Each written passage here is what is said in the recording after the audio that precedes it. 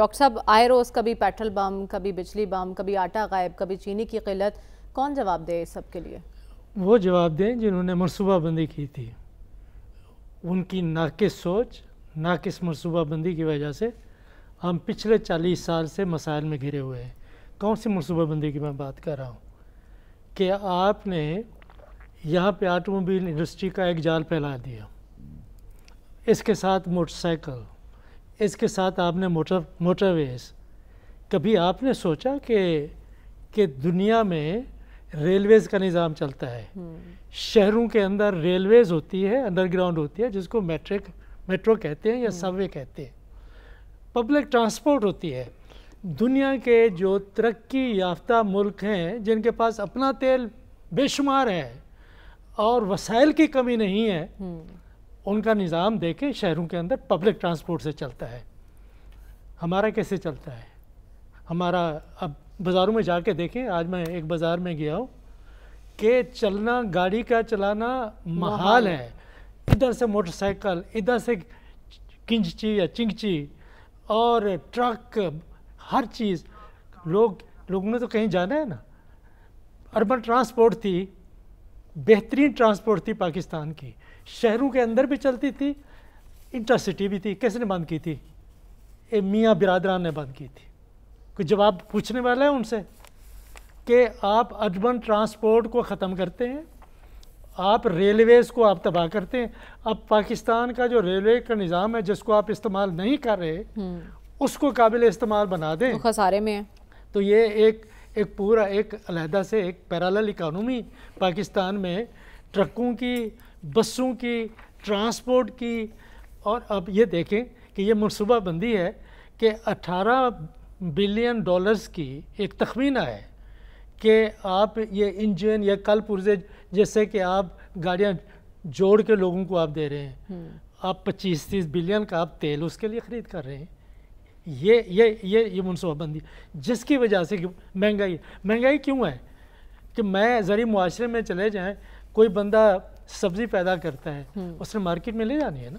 کہ اگر سبزی راجن پور، ڈیرہ غازی خان، بہاولپور سے اگر لاہور میں پہنچنی ہے تو کرایہ اتنے بڑھ جائیں گے تو آپ کی مہنگی تو ہوگی.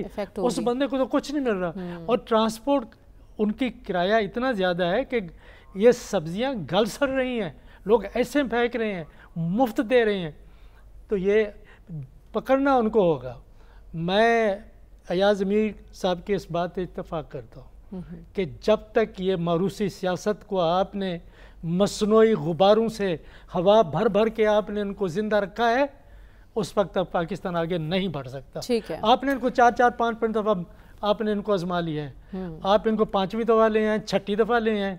کیا ان کا کردار تبدیل ہوگا؟ کیا ان کا ذہن تبدیل ہوگا؟ کیا یہ آکسفورڈ ہارورڈ میں پڑھ کے آئیں گے؟ کیا ہے ان کے پاس لوگوں کو دکھانے کے لیے؟ خدا را ملک کے اوپر ترس کریں. عوام دیکھیں، جمہوریت کی بات کرتے ہیں تو جمہوریت اپنی تطہیر، اپنی طہارت، اپنی اچھائی خود پیدا کرتی ہے. کیسے پیدا کرتی ہے؟ آپ عوام کے پاس 5 سال بعد جاتے ہیں، اگر عوام کو بیوقوف نہ سمجھے کہ وہ خاموشی سے بیٹھ جائیں گے. ایک میں بات کرنا چاہتا ہوں، لوگ کیوں نہیں اٹھ رہے. میں آپ کو بتا رہا ہوں لوگ اٹھیں گے. تیونس میں عرب سپرنگ آیا، لوگوں پہلے وہ جو انقلاب آتے ہیں نا، لوگوں کی طرف سے جب تڑپ اٹھتی ہے، پہلے اعلان نہیں ہوتا. انقلاب فرانس جو آیا تھا پہلے اشتہار چھپے تھے اخباروں میں کہ میڈیا میں آیا تھا. یہاں پہ انقلاب وہ نہیں آئیں گے، یہاں کوئی منظم انقلابی جماعت نہیں، انقلابی لیڈر نہیں. یہاں پہ فساد ہوگا، دنگا فساد ہوگا. اب کہاں یہ جو ادھر ٹھیک ہے آپ کہہ رہے ہیں عوام کا رد عمل آج نہیں تو کل ضرور آئے گا، اور یہ ناقص منصوبہ بندی ہے جس کا ہم نتیجہ بھگت. ڈاکٹر صاحب آپ جواب دے دیجئے، الیکشن کمیشن کو کیا چیز روک رہی ہے انتخابات کی تاریخ اناؤنس کرنے کے لیے؟ پاکستان میں 9، 10، 11، 12 الیکشنز ہوئے ہیں. 7 الیکشنز نگران حکومتوں نے کیے ہیں. 1970 کا بھی الیکشن ہم نے دیکھا ہے. 1 سال پہلے تاریخ ملی تھی، اس تاریخ کو انتخابات ہوں گے. اس کے بعد پاکستان کی تاریخ میں 5 مہینے بعد، 6 مہینے بعد جب بھی ہوا ہے تاریخ ملی ہے. 6 مہینے کم از کم، 4 مہینے. اور نگران حکومتیں آئی ہیں تو 90 دن کے اندر کہ یہ 60 دن کے اندر کے انتخابات ہوں گے. یہ پہلی دفعہ ہو رہا ہے. اب یہ ہے کہ آخر اگر یہ پہلی دفعہ ہو رہا ہے تو اس کی وجہ کیا ہے؟ وجہ کیا ہے؟ وجہ یہ ہے کہ ہمارا الیکشن کمیشن آف پاکستان خود مختار اور آزاد نہیں ہے، بے بس ہے. اس وقت جو سیاست میں ایک سٹرکچر بنا ہوا ہے، اس سٹرکچر کے اندر ان کے ہاتھ بندھے ہوئے ہیں.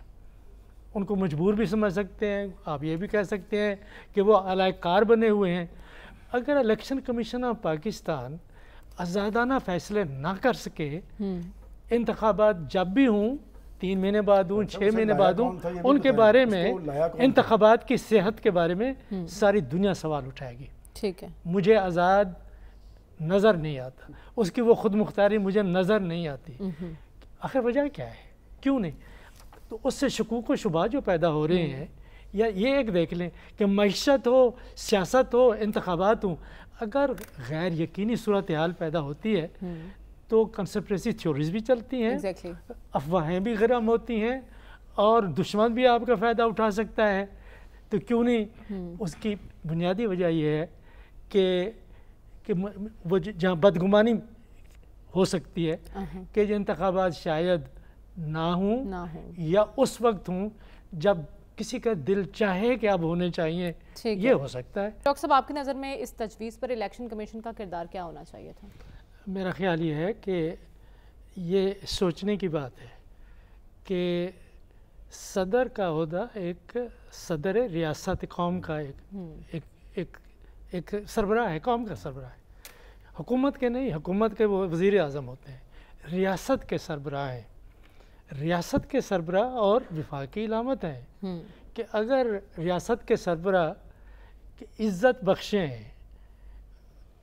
چیف الیکشن کمشنر صاحب کو کہ آپ تشریف لے آئیں، ہم اس کے بارے میں بات چیت کرتے ہیں، اور جانے سے انکار کر دے، تو یہ بات ادارے پہ جاتی ہے یا جو ادارے کا سربراہ ہے اس کے اوپر جاتی ہے.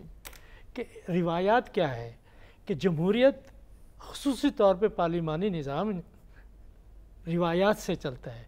کبھی آپ نے برطانیہ کی تاریخ میں سنا ہے کہ ملکہ معظمہ یا بادشاہ نے وزیر اعظم کو بلایا ہو اور کہے کہ میں نہیں آتا، یا کسی عہدیدار کو بلایا ہو میں نہیں آتا؟ یہ اس کی جگہ پہ اوپر ہے.